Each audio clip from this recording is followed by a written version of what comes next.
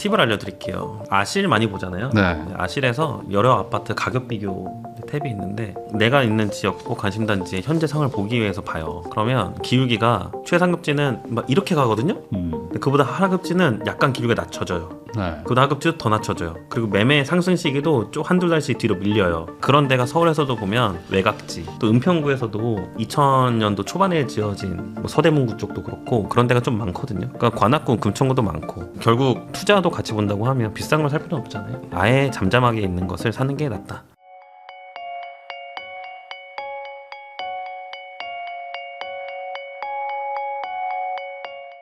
원룡이님하고 이야기 나누고 있는데요. 그 최근에 좀 뭐랄까요, 재밌는 현상이라고 해야 되나, 뭐 이게 심각한 현상이라고 해야 될까? 강남은 조금 눌리는데 나머지 지역들은 막 올라가고, 특히 이제 15억 이하대들은 뭐 불장이다라고 얘기하는 분들이 많은데, 아무래도 대출 여부에 따라서 지금 뭔가 시장이 갈리고 있다 이렇게 판단을 해도 될까요? 네, 보통 369라고 하잖아요. 3회 배수로 세금 대출이 다 연장선이 있는데 과거에는 9억이었다고 하면 가격이 올라갈수록 12억, 15억 이렇게까지 올라온 것 같아요. 15억이 기준선이 된 건 맞습니다. 특히 대출이 딱 그 정확하게 선을 그어준 것 같아요. 실제 청약에서도 보면 같은 단지에 이제 면적에 따라서 15억 전후가 경쟁률 차이가 엄청 벌어지거든요. 네. 10배 이상 차이도 납니다. 특히 강남도 그래요. 강남도 5구에는 막 2만 명 청약 들어오고 8사에는 5천 명 청약 들어오고 뭐 이러거든요. 네. 그러니까 이 갈리는 심한 현상이 있습니다.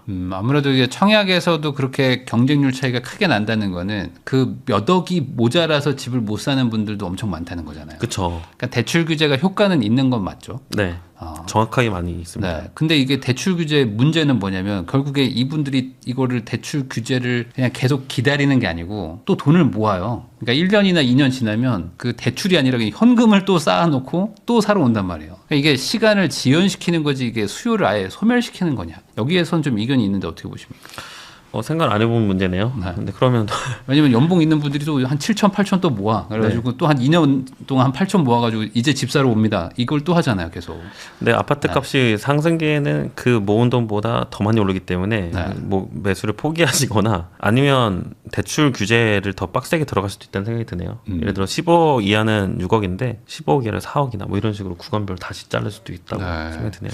이게 지금 대출 규제가 한번 하기 시작하면 더 강하게 하는 경향을 좀 보이는데 지금 여기서 만약에 뭐 네. 15억 이하에서 대출 규제나 이런 것들 더 줄이면 청약이나 이런 데에서 좀 영향을 더 줄까요? 어떻게 보세요? 오히려 청약은 항상 대출 규제에서는 좀 완화를 줬어요. 네. 비껴가는 길을 줬거든요. 그게 뭐냐면 이제 투기과열지구 LTV가 40%고 동시에 6억 동시 조건을 제한받잖아요. 청약에서는 40%에 6억이 넘어가도 해줍니다. 네. 아마 그거 정도는 풀어줄 수가 있어요. 근데 만약에 대출 규제가 더 세게 들어오면 기축 매매할 때 기준을 청약에 빡빡하게 적용할 수도 있어요. 그럼 만약에 공급이 없는 상태에서 대출 규제를 청약에도 더 적용한다라고 하면 난리부르스가 날 것 같기도 합니다. 그 잔금 치를 때가 문제잖아요. 중도금 어떻게 해도. 그래서 현재 시세 기준으로 이제 지금은 13억에 분양을 받는데 예상되는 시세가 18억이다라고 하면 자체적으로 나는 대출 4억밖에 안 나겠구나 그거에 맞춰서 계산합니다. 그러니까 이게 대출 4억 뭐 이렇게 얘기를 하면 나머지를 어디서 구하냐 청약하는 분들이 뭐 이런 걱정들도 많은 것 같은데 그러다 보니까 그냥 더 싼 거 뭐 우선 더 작은 평수라도 뭐 내 돈에 맞춰서 우선 넣는다 이런 것 좀 추세가 더 강해진다 뭐 이렇게도 볼 수 있는 거죠. 예, 그거는 확실하게 그렇게 전환되고 있어요. 원래 이 형상이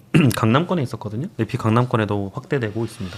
이게 과거에도 보면 이제 대출 규제가 어디까지냐에 따라서 그 막 가격이 뭐 거기로 막 붙어버리잖아요. 옛날에도 15억 초반 대출 안 해주니까 다 14억 9,900으로 막 붙어버리는데 지금도 약간 그런 모양새가 있지 않나요? 어떻게 똑같은 보세요? 것 같아요. 네. 근데 말씀하신 더 세게 가면 정말 15억 이상 대출 아예 안 해주는 것까지도 나올 수 있겠다는 생각이 드네요. 이런 상황에서 집을 어떻게 사냐? 계속 이런 얘기들 많이들 하시는데 네, 어떻게 삽니까? 누군가는 또 계속 사고 있잖아요. 못 사죠 뭐.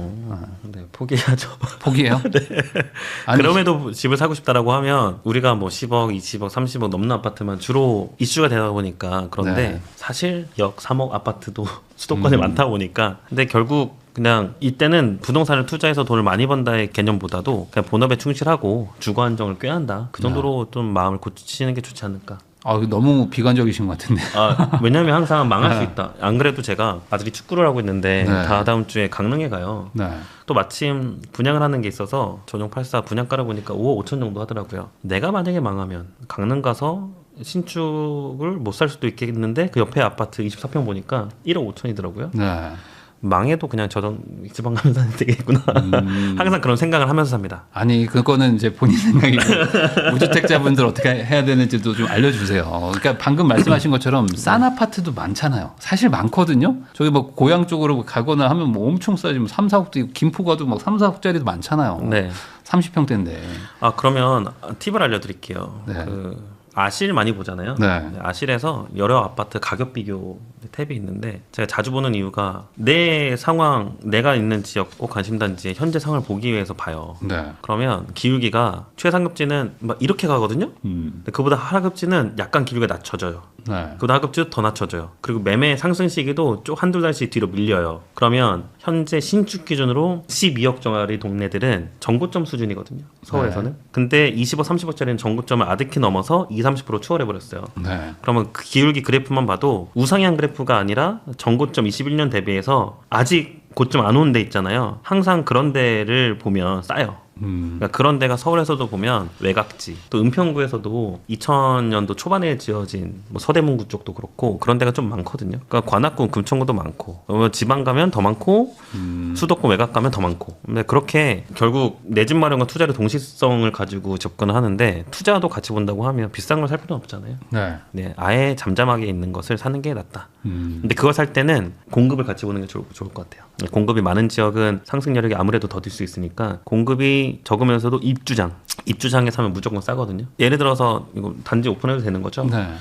올해 하반기 10월 달에 그 힐스테이트 메디알레 네. 불광역 쪽에 입주를 해요. 그게 금매가 나올 수 있죠. 근데 그런 식으로 일시적으로 공급이 많아지는 시기에 좋은 동네긴 한데 서울 내에서는 상대적으로 외곽이다 보니까 그런 타이밍을 잘 잡으면 충분히 싸게 살 수 있습니다. 그러니까 아직 기회는 분명히 있다. 네. 그 아까 잠깐 말씀은 해주셨지만 지금 사람들이 대출 규제 때문에 사고 싶어도 못 사서 약간 좀 포기하는 마음도 있다라고 했는데 이게 포기가 이게 잘 안 되는 게 그러면 전세나 월세를 가면 문제가 해결되면 좋은데 지금 전세도 0, 월세도 0 이런 단지들이 많단 말이에요. 그러니까 전월세도 없는데 그럼 집이라도 사야 되는 거 아니냐라는 조급함이 더 생기는 것 같기도 하고. 네. 이 전월세 물량이 없다는 거 이게 시장에 어떤 영향을 준다고 생각하세요? 두 가지인 것 같아요. 그 말씀대로 사거나 뭐라도 사야 되거나 아니면 비아파트로 가거나. 아, 그 비아파트 가는 거 어떻게 생각하십니까?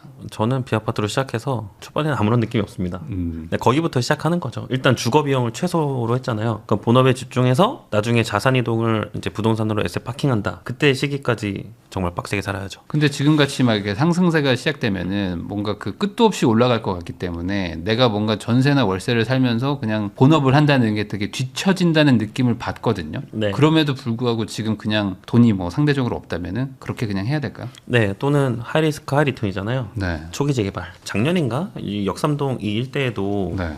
신통으로 초투 1억 5천이면 샀었거든요. 근데 그게 정말로 진행될지 모르겠는데 분위기를 타니까 뭐 3억 4억 피가 붙더라고요. 그러면 이제 내가 거주를 할 비아파트 돈에 맞춰서 했는데 그게 이제 정비사업까지 가능성이 있다라고 하면 교집합 시켜가지고 구하는 방법도 있을 것 같습니다. 이건 공부가 필요한 영역이에요. 청약은 사실 공부가 많이 필요 없거든요. 네. 정비사업은 공부가 정말 많이 필요한 부분입니다. 그러면 반대로 한번 여쭤보겠습니다. 지금 전월세를 살고 계신 분들 입장에서는 지금 네. 갱신권을 쓸 수 있는 분도 있고 반대로 네. 이제 쓰려고 했는데 뭐 지금 집이 팔렸거나 뭐 정책 때문에 다주택자 물건이 팔려서 무조건 그 다음번 실소유자가 무조건 들어온다. 실거주자가 들어온다는 그런 물건도 있다 보니까 부득이하게 나가게 되는 경우가 있는데 나가는 분들은 뭐 어떻게 뭐 새로 어떤 사면 되는데 네. 갱신권을 쓸 수 있는 분들 있잖아요. 네. 이런 분들 입장에서는 지금 갱신권을 써야 되냐 아니면은 지금 안 쓰고 나가야 되냐 고민들이 많으실 텐데 이 분위기에서 어떻게 하는 게 좋을까요? 저는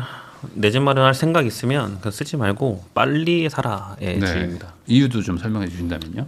상승하면 허탈감과 그 허무함이 엄청나게 클 거거든요. 예, 여력될 때 사는 게 낫고 근데 만약에 못 사고 다른 전세를 또 구하잖아요. 그러면 내가 살고 있는 아파트가 보통 수도권은 전세가율이 60% 정도 하는데 갱신권 사용하지 않은 전세나 70%까지 올라간단 말이죠. 그러면 자기가 사는 이 아파트 바운더리에 바로 옆 급지 한 급지 밑에 가면 충분히 전세나 아니면 매매로 할 수 있는 금액이 나올 거예요. 근데 그런 식으로 좀 플랜 B까지도 생각하시는 게 좋을 것 같습니다. 이게 지금 아마 고민하시는 분들 중에 전세자금 대출 대출 같은 것들 끼고 전세 한 6, 7억에 사시는 분들, 실제로 현금은 한 2, 3억밖에 없는데 전세는 한 6, 7억 살고 계셨던 분들도 있을 거 아니에요. 그런 분들이 이거 빼가지고 집을 살려니까 집값이 한 6, 7억짜리밖에 못 사는 분들도 막 있어요. 네. 그런데 그런 것들은 다 이제 뭐 경기도 외곽이거나 아니면 서울에서도 뭐 되게 뭐 여기는 좀 막 이런 동네일 수도 있는데 네. 그런 데까지도 약간 좀 훈풍이 좀 갈까요? 갈 것 같습니다. 이 실제 사례로 상상을 돌려보면 김포잖아요. 서울 외곽지. 예, 출퇴근 가능한 범위에 있는데 마곡에서 실제로 밀려나신 분들이 많아요. 마곡이 뭐 10억짜리 아파트인데 전세가 7억이다, 8억이다. 근데 전세자금 대출이 한 4억 껴있고 내 돈 3억 있잖아요. 네. 그럼 3억으로 절대 인수를 못하니까 그 마곡에서는 그러면 3억 가지고 살 수 있는데 김포 그러면 신축이 6억, 7억 정도 하니까 거기를 사는 방법이 최선인 것 같아요. 그러니까 이제 내 직주 근접과 인프라, 그러니까 생활권의 반경에 따라서 외곽지에 뭔가 있냐 사실 다 있긴 하거든요. 북쪽으로 가면 의정부 양주도 있고 동쪽으로 가면 뭐 경기도 광주도 있고 남쪽으로 가면 화성도 있고 뭐 다 오산도 있죠. 있고 예, 네. 그러니까 그런 식으로 밀려날 수밖에 없는 것 같아요. 근데 밀려나서 그게 망한 거냐 그건 또 아니다. 거의 심기일전하면 된다. 네. 예, 저는 밀려난 상태에서 시작을 했거든요. 네. 그러니까 괜찮아요. 예. 근데 이제 그런 동네를 사는 게 약간 겁이 나시는 것 같아요. 왜냐면 지금은 가는 곳만 계속 간다. 뭐 서울을 벗어나면 절대 서울로 못 돌아온다. 뭐 이런 얘기들을 많이들 하시면서 경기도로 절대 나갈 수는 없어. 근데 돈은 없어. 어떡하지? 뭐 이렇게 하시는 것 같은데 뭐 외곽으로 나가는 게 무조건 나쁜 건 아니다. 이렇게 보세요. 예, 그때는 인플레이션에 기대를 하는 게 좋습니다. 예, 국가 존망에 내 사활을 거는 거죠. 네. 왜냐면 이제 신축 아파트를 토지대를 제외하고 그냥 건축비만 따졌을 때 한 3억 5천에서 4억이 들지 않습니까? 34평 짓는데 그러면 수도권에서 8사 기준 분양가가 6억 이하로 나올 수가 없어요, 구조적으로. 근데 네. 신축을 6억대 산다? 그러면 일단 아쉽지만 사고 5년 10년 중장기적으로 보면서 인플레이션을 먹고 간다. 옆에 아파트 분양이 분명 7억, 8억, 9억 이렇게 나올 거니까. 네. 예, 그렇게 인플레이션 먹고 가는 전략도 나쁘지 않은 것 같습니다. 사실 아주 극단적으로 얘기하면은 지금 집값이 안 오르더라도 전월세가 부족해서 막 계속 막 이렇게 떠돌아다니거나 뭐 그렇게 주거의 안정이 좀 흔들리는 것 대비 조금 뭐 멀리는 가더라도 어쨌든 내 집에 사는 거면 훨씬 더 마음은 편하잖아요. 네. 뭐 그런 효과만으로라도 의미가 있다는 생각도 좀 드는데. 예.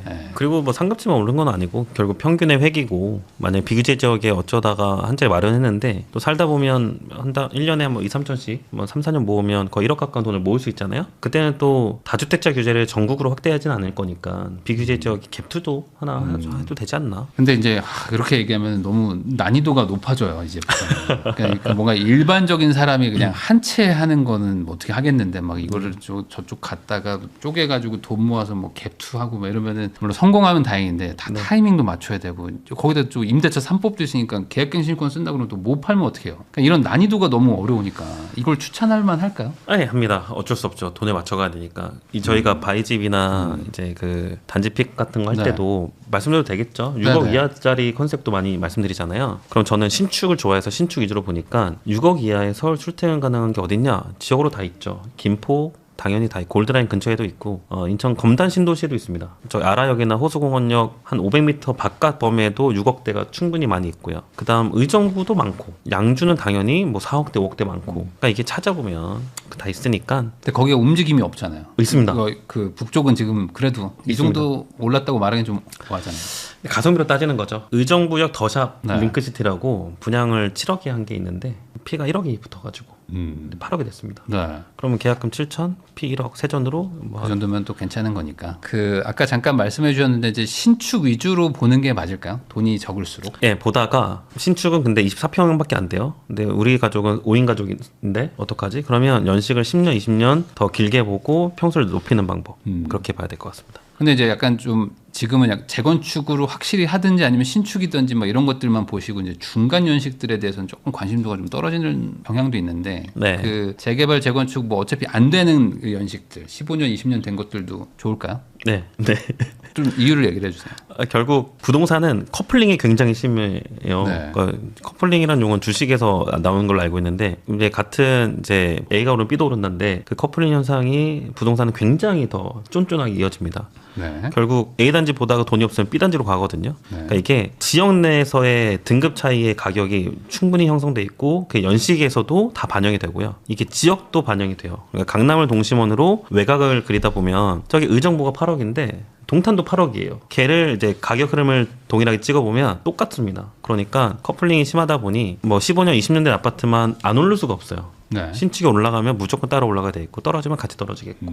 다만 이제 좀 시차가 있을 뿐이다. 네.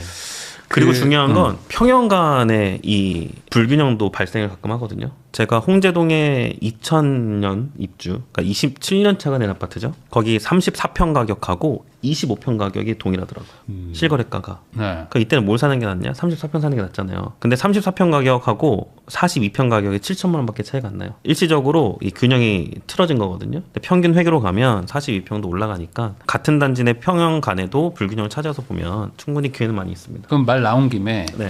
요즘에 이제 3인 가족이나 뭐 이제 둘만 사는 경우도 많으니 뭐 30평대나 뭐 40평대는 정말 비싼 동네들 아니고선 인기가 없다. 뭐 이런 말씀하시는 분들도 있는데 네. 이 평형에 좀 이제 국평이 달라졌다. 이런 거에 대해서는 어떻게 생각하세요? 달라진 거 맞고 비싼 아파트일수록 24평형의 평당가 높은 건 맞는 것 같아요. 근데 이 24평이나 34평을 구매하지 못하는 또는 대형을 좋아하는, 그러니까 아예 4, 50평대 대형이거나 10평대 소형을 살 수밖에 없는 사람들은 내가 갖고 있는 이 자산이 약간 비서는 거 알고 있어요. 네. 그러면 싸게 산다, 팔 때도 싸게 판다, 그러면 됩니다. 그러니까 살 때 확실하게 싸게 살 수 있으면 사고 네. 반대로 그런 게 아니면 안 사는 게 맞긴 하고 평당가가 비슷하면 어쨌든 비선호를 굳이 살 필요는 없는 거니까요. 네, 제가 한번 제 자랑 한번 하면요, 광명에 네. 영웅이 된 적이 있습니다.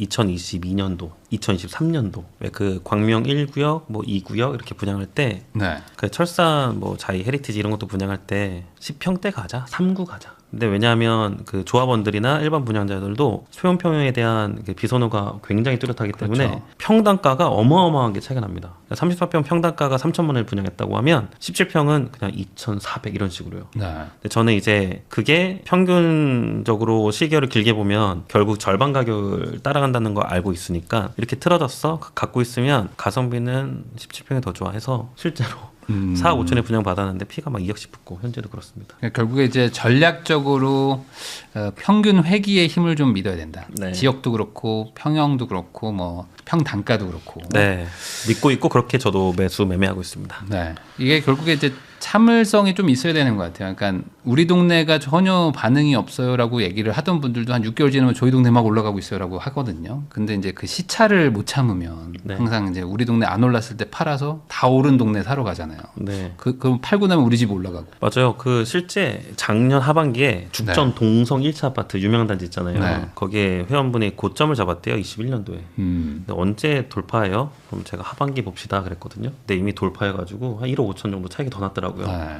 해피해져가지고 이거 어떻게 할까요? 좀 더 기다려보시죠라고 했거든요. 그러니까 결국 네. 타이밍이 옵니다. 그냥 뭐 수지도 막 올라가고 뭐 다 주변이 올라가는데 가만히 있을 수는 없다. 네. 그 아까 잠깐 입주권 얘기도 해주셨는데 청약이 안 되면 입주권을 사는 건 어떻습니까? 재개발 쪽 가는 건 어떻습니까? 전 좋아요. 부산 얘가 하나 생각이 나는데 북한 쪽에 정비 사업을 일반 분양한 적이 있거든요. 근데 저는 보통 일반 분양가 대비 그 구역의 입주권이 20% 이상 벌어지면 네. 당연히 입주권을 사야 된다라고 생각하거든요. 근데 30% 이상 벌어졌더라고요. 그럼 일반 분양자들은 사실 알면 네. 분양받으면 절대 안 되는 것이고 입주권을 사는 게 맞습니다. 네. 그래서 입주권 총매가와 분양가 이 차이만 20%만 기억하시면 될 것 같아요. 20%. 20%가 기준이다. 네. 다만 20% 싸게 사는 대신에 현금 투입이 좀 많이 되는. 생각보다 근데 막 5억, 4억 이런 거는 현금 투입도 많이 안 되기도 하니까. 근데 노량진 같은 경우는 이제 0%죠. 네. 일반 분양가하고 입주권하고 가격이 동일합니다. 그러면 어떤 걸 사야 돼요, 반대로? 그럴 똑같으면? 때는 노량진 자체의 가치 판단해야 될 것 같아요. 근데 여의도가 재건축되면 얼마일까? 뭐 평당 2억 갈까? 뭐 이렇게 판단해서 노량진 사면 오케이고 평당 1억도 못 가겠지 하면 사면 안 되고. 그러면 지금 정부가 공공 분양에 대해서 그런 이제 공공에서 뭔가 공급을 많이 하겠다고 얘기를 하고 있으니 그 공공 분양 쪽을 노려보겠다라고 생각하는 분들도 있을 것 같은데 네. 이 전략은 좀 유의미할까요? 어떻게 보세요? 유의미합니다. 네, 기준을 딱 잡아드릴게요. 2009년도 이전 가입자, 정확하게는 청약 저축 가입자. 그러니까 청약 통장이 총 4개가 있거든요. 네. 대부분이 종합저축에 가입돼 있어요. 근데 예전 통장이라고 하는 거는 청약 예금, 청약 부금, 청약, 저축이 있거든요. 근데 청약 저축 가입자는 공공밖에 청약이 안 돼요. 네. 근데 2015년도에 이 가입이 중단됐고 2015년도에는 종합저축도 가입이 가능했었죠. 그러니까 종합하면 2009년 4월 이전에 청약저축 가입자는 물리적으로 종합저축 가입자가 제일 많은 얘네들의 경쟁을 피할 수가 있어요. 네. 그러니까 연식으로 따지면 18년 정도 된 이상 통장은 확실하게 공공 분양에서 우위가 있다. 그럼 이거를 금액으로 따지면 한 2,200, 300 될 거거든요. 네. 2천만 원 넘어가면 가능성이 있다. 과천 빼고. 그러면 그렇게 해서 공공 분양을 만약에 넣으면 뭐 네. 그래도 안전 마진이 뭐 그래도 괜찮을까요? 괜찮아요. 보통 민간 분양보다 한 10%에서 20% 싸게 분양하더라고요. 그러면 가능합니다. 그럼 반대로 공급이 잘 될까요? 공급은 더 많아질 것 같아요. 특히 이 3기 신도시의 공공 분양 비율이 더 높을 거라고도 예고를 했었어가지고 오히려 민간 분양자 가점으로 당첨돼야 되는 분들이 상대적인 피해죠. 그렇지만 분양 시기하고 분양 강도가 중요한 것 같아요. 어느 지역에 얼마나 때려 넣는가. 지금까지 2021년, 2022년 사전 청약 단지가 공공 분양이었거든요. 네. 그걸 한 2, 3년 전부터 계속 본 청약으로 공급을 해왔어요. 커트라인을 보면 2,400, 약 20년 된 통장들이 좋은 데는 커트라인이거든요. 그러니까 그게 기준점이 되고 앞으로 공공 분양 3기 신도시에서 한다. 그러면 그 정도 선을 잡고. 그러니까 2009년 이전 통장은 저는 그냥 공공 분양 기다려도 되는데 대신에 이제 민간 분양도 청약할 수 있는 기회가 있으면 좋으니까 네. 전환을 해주거든요. 저축을 원래 종합으로 전환을 안 바꿔줬었어요. 근데 이제 해줍니다. 해서 동시에 준비하는 것도 좋은 방법이다. 2천만 원 중반대 정도면은 충분히 가능성은 좀 한번 따져볼 만하다. 네. 그러면 그거보다 금액이 뭐 많이 차이 나면은 공공 별로 기다리지 말라. 네, 1,500 이하면 공공 분양하지 마세요.